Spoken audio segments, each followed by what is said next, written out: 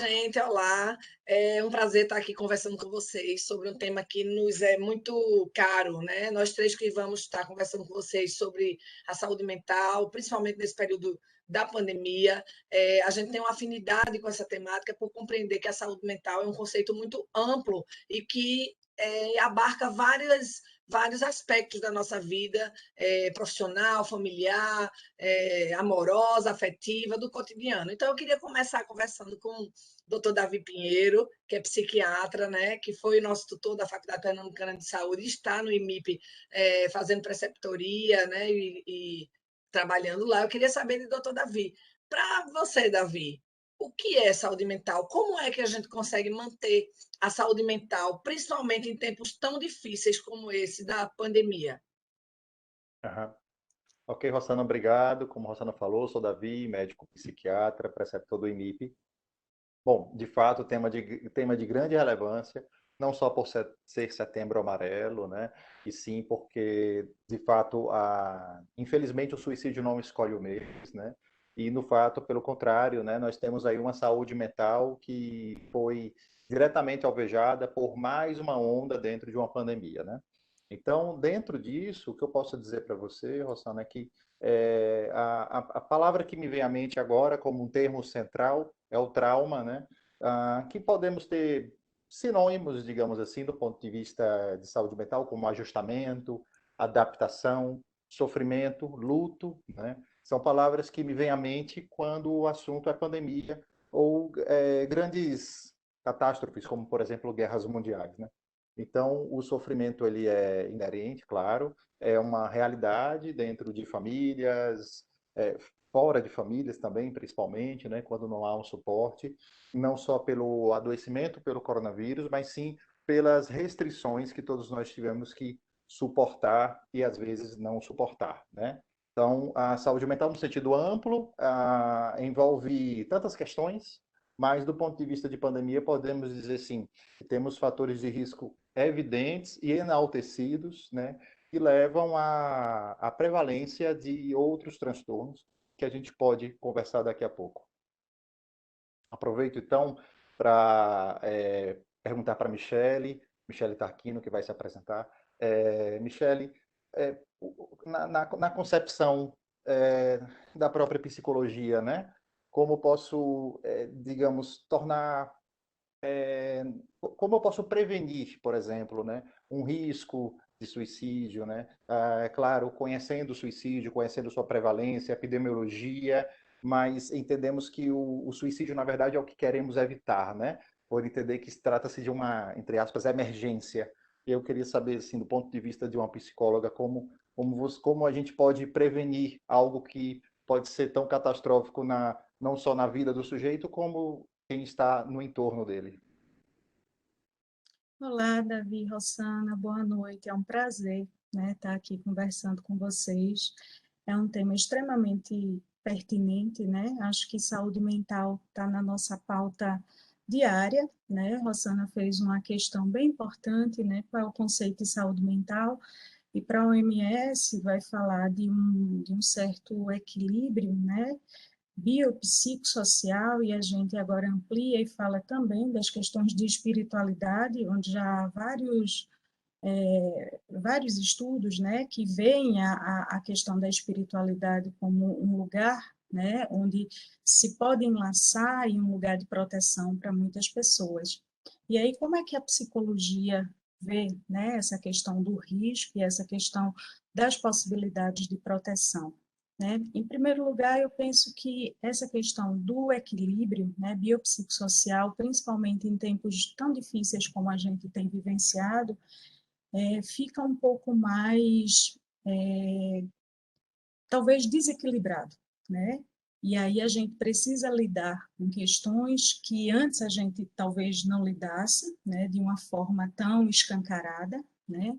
A pandemia escancara muitas coisas, por exemplo, algumas pessoas que já sofriam de algum transtorno mental, né, tiveram sua condição de saúde agravada, seja numa depressão, seja por um transtorno de ansiedade, algumas pessoas passaram a ter, né, algum transtorno de forma mais reativa ao momento que estava sendo vivido, ou pensando em todos os determinantes sociais de saúde que a gente tem nesse contexto da pandemia, né, que atravessa a cada um de nós e a algumas pessoas muito mais do que a outras, né? Então, como é que a gente pode equilibrar um conceito que é tão amplo e ao mesmo tempo tão complexo? E eu fico pensando, sabe, Davi, que apesar da gente estar vivendo um momento muito difícil, e você fala algo que, né, suicídio, sofrimento, adoecimento, ele não escolhe mês, e é verdade, mas ao mesmo tempo a gente também vai construindo aprendizados, né?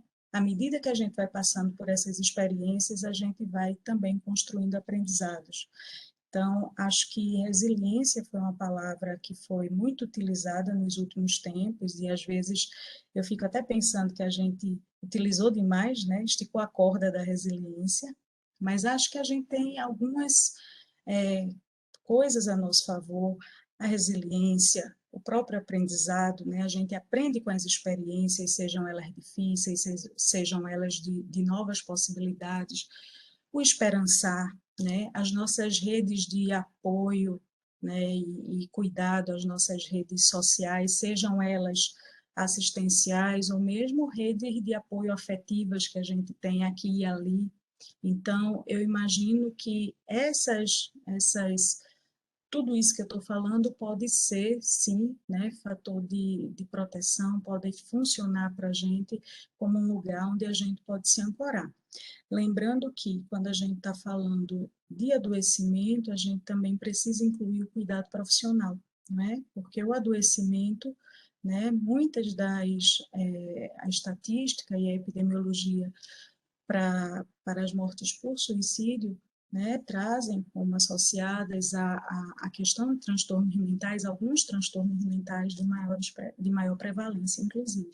Então, a gente não pode descartar o cuidado e a assistência profissional como sendo também um fator de proteção e, para algumas pessoas, essencial, né, necessário. Acho que é um pouco isso. E para ti, Rosana Hammer, né? Como é que você vê a questão da saúde mental nos tempos atuais? Eu acho que a gente tem vivido, né, com a pandemia, viveu com o início da pandemia um momento e agora no pós-pandemia, como é que você tem pensado a saúde mental, né, nesse retorno às atividades, esse aprendizado, essa readaptação? Será que isso respinga na nossa saúde mental? Como é que a gente pode se proteger? Boa pergunta, né? Boa pergunta, Michele, porque assim, tem algo do que era esperado da pandemia, né? Você e nós que não tínhamos vivido nem gripe espanhola, nem, sei lá, na nossa cultura brasileira, a gente não tinha muito essa experiência como a gente teve H1N1, caso outro, alguma gripe diferente e tal, mas assim, nessa magnitude que foi a pandemia, nós não tínhamos essa experiência, esse acúmulo. Você estava falando de aprendizagem pela experiência, né? E nós não tínhamos esse acúmulo na nossa história. Então, é normal a gente esperar muito medo. Medo de perder os entes, medo de perder o emprego, medo de perder amigos, medo de perder, né? Lá, Davi tocou no assunto do luto, né? Medo de passar por um luto concreto, né? E esse luto não poder ser elaborado suficientemente, porque às vezes a gente não pôde nem enterrar os nossos, né, parentes, amigos, enfim. Então, esse medo esperado para um luto também esperado, ele começa nessa segunda fase da pandemia a ter um caráter mais preocupante, no sentido da manutenção disso nas nossas vidas, né? Na hora que a gente começa a se manter com a sensação do medo, da perda, essa angústia, né? Essa ansiedade e essa depressão, elas atingem picos que a gente não tinha antes. Então, a gente estava conversando um pouco, né, sobre o que a OMS, a OPAS, a Organização Mundial de Saúde, a Organização Pan-Americana de Saúde, começam a indicar como preocupação para os próximos 10 anos. Eu brinco com meus alunos agora que está todo mundo empregado pelos próximos 10 anos, porque, assim, para a saúde mental, no sentido de psicólogos, psiquiatras, profissionais que trabalhem nessa perspectiva da atenção biopsicossocial, não vai faltar trabalho. E, infelizmente, isso vai ser algo real, porque a própria pandemia vem sendo compreendida, como o Davi também tocou no assunto do trauma, né, como um transtorno de estresse pós-traumático. Só que não acabou, e ainda estamos nessa vivência. Então, tem algo que a gente espera, mas não é mais uma coisa esperada, é normal esse medo. Não, a gente espera com muita, como é que eu posso falar? Com muito receio de não dar conta, porque os nossos serviços de saúde estão abarrotados, porque os nossos profissionais não têm formação específica para trabalhar com transtorno de estresse pós-traumático, né? A gente não tem muita formação para terapias breves e focais, que seria algo importante nesse momento, porque as pessoas estão precisando de respostas mais rápidas para o que estão passando, né? Então, você também tocou no assunto com relação a que transtornos que são mais esperados e tal. Então, além da ansiedade e do estresse aumentado, a gente percebe que houve um aumento de consumo de substâncias psicoativas, né? Então, as pessoas estão bebendo mais, usando mais drogas, e a gente sabe que o uso abusivo, prejudicial das substâncias podem trazer outros problemas. Pode ser aquele, sabe, aquela cerejinha do bolo que estava faltando para a coisa piorar. Então, assim, eu acho que é importante que a gente comece a falar aqui para as pessoas que estão nos ouvindo, que vão nos ouvir, que a gente pode prevenir realmente e evitar algumas questões. Então, se você gosta de usar substância, diminua, faça questões de redução de danos, né? Se alimente, busque intervalos, descanse, porque assim, não dá para a gente manter as coisas como a gente fazia antes da pandemia. Não dá para dizer que estamos vivendo num novo normal. Essa história de um novo normal é algo que não cabe. A gente está vivendo uma nova realidade e essa realidade vai demorar ainda um tanto para a gente superar.